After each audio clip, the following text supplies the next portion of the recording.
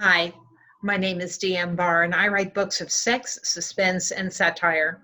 If you're looking for some thrills, along with some kink and a few laughs, you'll enjoy all of my books, including Expired Listings, Slashing Mona Lisa, and my newest, Saving Grace, which is now available for pre-order on Amazon and other fine retailers. My guest today on Author Groupie is my friend Elizabeth Shore, author of Hot Bayou Nights and Hot Bayou Fire, among other titles. Liz will compare writing historical and contemporary romance, publishing with smaller press versus a larger one, transitioning to thriller writing, and the importance of critique groups and blogging. So sit back, enjoy, and as always, stay safe. Welcome to another edition of Author Groupie. I've known Elizabeth Shore for about 5 years, and it's a joy for me to interview her. While she likes to keep her writing and professional life separate, I can tell you that she's a lover of Renaissance and Baroque art, as well as tattoos and funky jewelry. She is passionate about cats, and the tattoo on her arm is one of her sadly departed kitty, Holly. And while she writes historical and erotic romance, in fact, when I met her, she was the president of my Romance Writers of America group.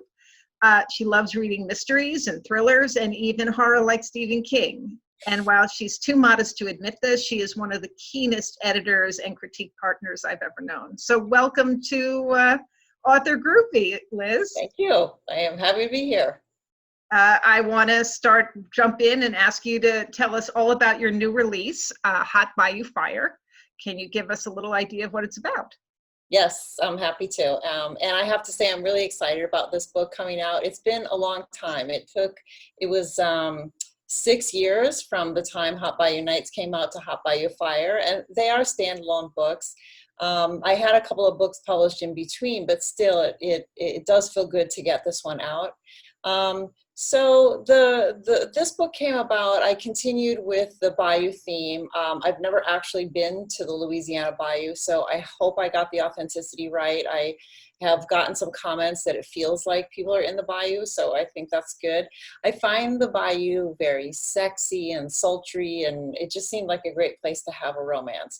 So one thing that I'm attracted to is when there's a difference between heroes and heroines, like a real contrast. I really love the contrast, whether it's rich or poor, rich and poor, or in this case, it's like a woman with a very troubled background, bounced around foster families, never really had much support, never really connected with parents, spent some time in juvenile, in prison, compared with this free-spirited sort of motorcycle riding, badass artist who's a glass-blowing artist who comes from a big, free-spirited family where everybody loves everybody and there's all kinds of support.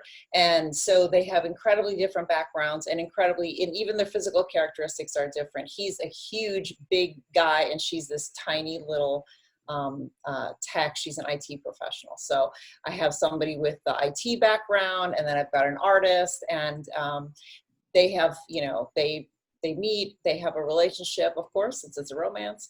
But then of course there has to be a pebble in the water that causes ripples. In this case, it's a very kind of fun to write antagonist named Marianne, who is screwing things up for them as much as she can, and they have to overcome the obstacle of Marianne. So so that's kind of the book in a nutshell. So was Marianne based on anybody you knew? No, thankfully not. I'm very happy that I do not know anyone like Marianne. She was really fun to write, but I don't know. I'm fortunate to say I don't know anybody quite as nasty as she is. So let me ask you, what was the most challenging part of the book to write, other than it's set in a place that you're not originally from? That was definitely a challenge because I wanted readers to have the experience and feel like they've been there, whether they have or not either. So that was hard. I wanted to make sure that I got it right. I did a lot of research on it. I didn't know anything about glass blowing, and I actually took a private class by a glass blower so that I could get to know the tools, the techniques, what goes into it, the terminology that's used. I think the hardest part for me was to write was when my heroine has her black moment, when she feels like the relationship is not going to happen. She's been crushed. Marianne has, you know, seemingly gotten her way. This relationship that is just something so new and fresh and raw for her. And she's just starting to trust and open up. It appears to be going, you know, down the toilet. It was an emotional scene to write, and that was probably the hardest one to write. But then when I look back on it, satisfying. So this is the second book in the series. Will there be a third one? There could be a third one. I had an idea and I pitched it to my editor, which she liked. But I've actually been turning my focus a little bit on thriller writing. So I have in the back of my mind a third Bayou book, which if I can do it, it would be called Hot Bayou Storm, I think. So we'll see. I know who the hero and heroine would be. So I hope so. If only I didn't have this day job. Well, we will get to the thriller writing in a little while. Tell us about your day job and how it influences your writing, if it does at all. Yeah, I don't know if it does per se. I work in human resources, so it's, you know, I definitely interact with a lot of people. I work for an environmental green NGO organization, so we're, you know, trying to make the planet better. There's a lot of very passionate and dedicated people. So I would say the people who work in the organization are rather inspiring. They are so, they believe so deeply and so passionately about what we're trying to do that I find that rather inspiring. But, you know, my books tend to be a little bit on the spicier side. And so I don't know what they think about their HR person, you know, writing about such things. So I do try to keep it a little bit separate. My boss knows, and he's very supportive. And in fact, on a Zoom meeting with our team, my boss bought my book, and I hadn't told other people about it. So he pulls it out and holds it up on the camera. I was like mortified, like I felt my cheeks getting hot, like as if my dad had done that. But he's very supportive. Yeah, I mean, I try to keep it separate, but it is still nice to have, you know, nice to have the boss. Of course. Of course. Well, I know that you're published with a large small press, Wild Rose, and you've also been published with larger houses. So what do you think are the advantages of working with a small press? Wild Rose Press is incredibly supportive. They, you know, I think they have something like grow with us in our garden or something is kind of their motto. And it's not taken lightly. They definitely want to have authors that they'll stay with, who they will help to grow and navigate and, you know, to help develop their careers. It's more of an intimate touch you know, meaning like the editor is very hands-on. Their editing process is really thorough. I've only worked with one editor there, so I can only speak with the one, but it's incredibly thorough and incredibly helpful.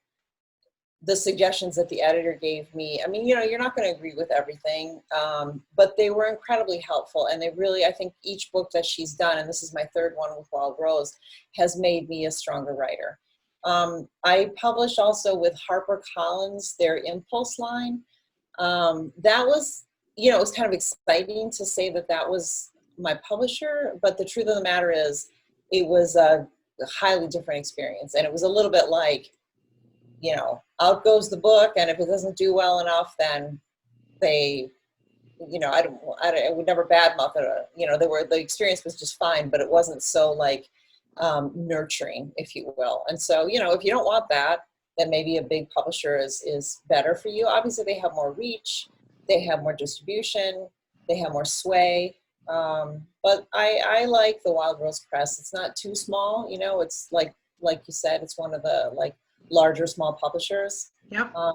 For me, I think they're great, and they have different lines too. So they also publish thrillers. So let's see if that's an advantage or not.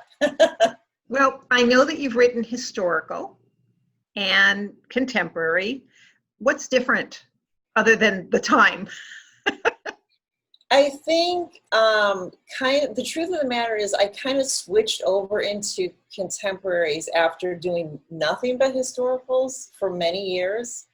Um, Historicals, I love them, and I love to pretend I'm the lady of the castle and all that comes with it. But it's a little bit inhibiting, to be honest. You have to make sure that you're true to the time frame. So like if you need her to be carrying a candle, she can't just strike a match. So I mean, I literally would get into like, oh, how does she get this candle lit? Like it started to bog me down in a way. I love it, but I want to be true to the style and the era, and so I found it a little bit, you know, as constricting as a corset in some ways. So I liked it. I love doing the research. But the truth of the matter is that I think ultimately I would prefer to read someone else's historical fiction because I found it a little bit confining. Fair enough. Well, you are one of the few people I've had on the show who has part of a critique group. And so I'd like to know what you think is important and helpful about being part. Well, I will say I appreciate your compliment. You yourself, my friend, are an excellent critiquer. Oh, And the thing is, what I really like about our critique group in particular is nobody is out to make you feel terrible. They're nothing but supportive. But yet they'll point stuff out, like if something really doesn't work, people aren't shy about saying, well, I'm not sure this works because blah, blah, blah. And that's what I like about it. Ultimately, and we all respect this, it's your book. I'm writing the book I want to write. You're writing the book that you want to write. The suggestions are just those. They are suggestions, but they're done in the spirit of trying to make us all a better writer. And it's so incredibly supportive. And I have to say, in all honesty, I feel like this critique group kind of saved my writing career because I had gotten published with Kensington relatively quickly. Like I had a little bit of, I don't know, luck or fortune or a combination of both, but I had gotten my first book published semi-quickly. Well, it wasn't the first book I wrote, but when I finally got published, it happened semi-quickly. And I actually got a 2-book deal from Kensington. And then I had a series of unfortunate events. My editor passed away. 9/11 happened. Just like kind of these unfortunate situations. And I went for years without getting published again. And I thought, I'm done. Like, that's it. I'm not a 1-book wonder, but I was a 2-book, author. And I just thought, like, that's it. I'm not going anywhere. And it was hard. Like reject after reject has the feeling of death by 1,000 tiny cuts. And I was really, I wasn't not in a positive space with my writing. But I joined this critique group, and I have to say, with the support and just their own dedication, everybody is trying, we're all trying to do the same thing. It kind of got me back on track, and then eventually I got another book deal. So not only is it supportive and helpful for me as a writer, but as a person, when we all are like have stuff to deal with, we're supportive and helpful. I think I love the critique group. I think they're just invaluable. Yeah, me too. As a matter of fact, what I thought was most interesting was that even though we're not all writing romance, the critique is valid anyway.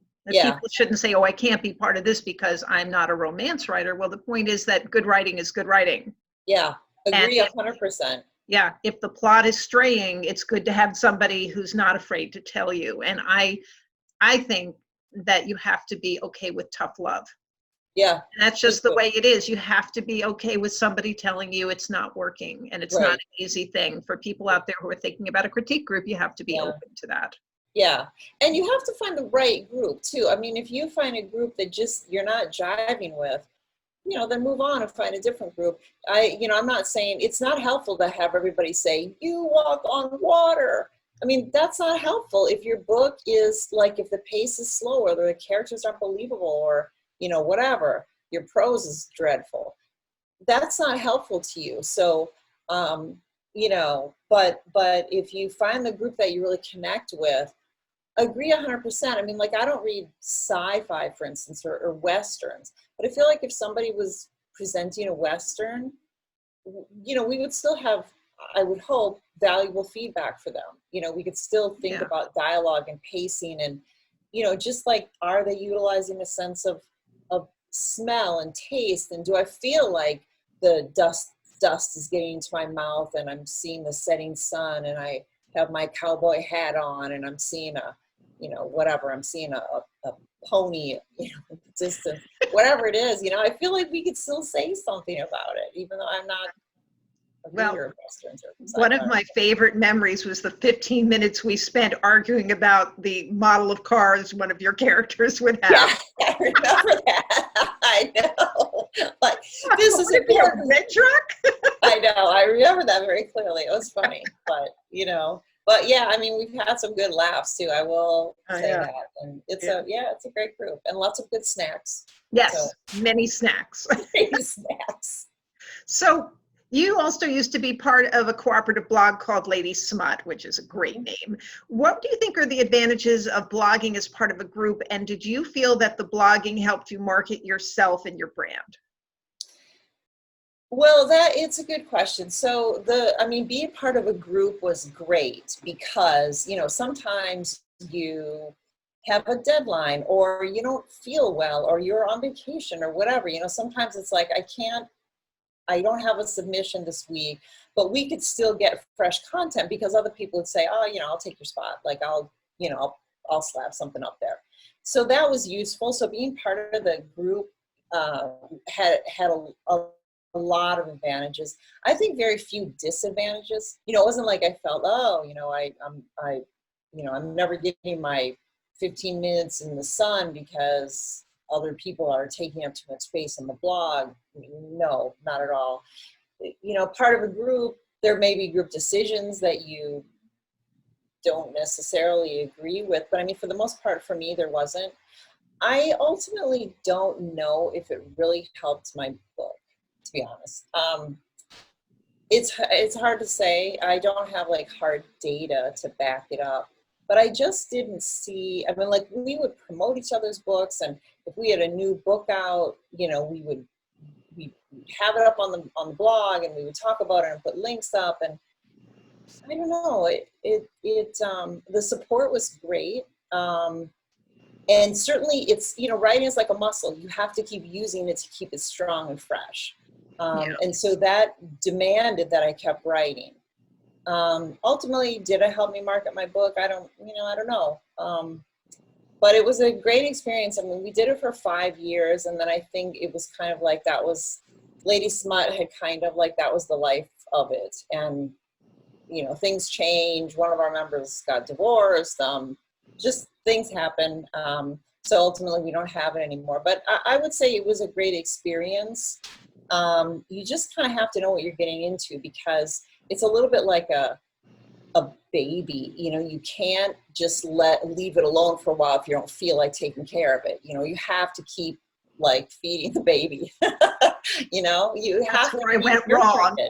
That's where it all fell apart for me. I didn't realize I had to keep feeding them. Yeah, you got to keep feeding them. There's the rub there, Don. I know that you've attended Thriller Fest because you came with me. Yes. And I know it sort of has piqued your interest in writing thrillers. So what has interested you specifically in this new genre? It was a little bit of a light bulb moment with thrillers for me, because I had one of my best girlfriends had said to me, she was reading Nora Roberts, and she literally read every book that Nora Roberts had written, which is quite a feat. And then she said to me, well, what else, who should I read next? You're a romance author. Like, what should I read? And I was stumped. I mean, I was like, I don't know. I read thrillers all the time. And then I was like, hello, I read thrillers all the time, and so that was really my interest. I mean, I'm addicted to Forensic Files. I love the ID channel. I read thrillers. I'm fascinated by police procedures. I listen to true crime podcasts. So it's like, what the heck, man? You know, like this should be telling you something. So, you know, and then you had gone to Thriller Fest, so you definitely helped me a lot with that, like saying, hey, you should go to Thriller Fest.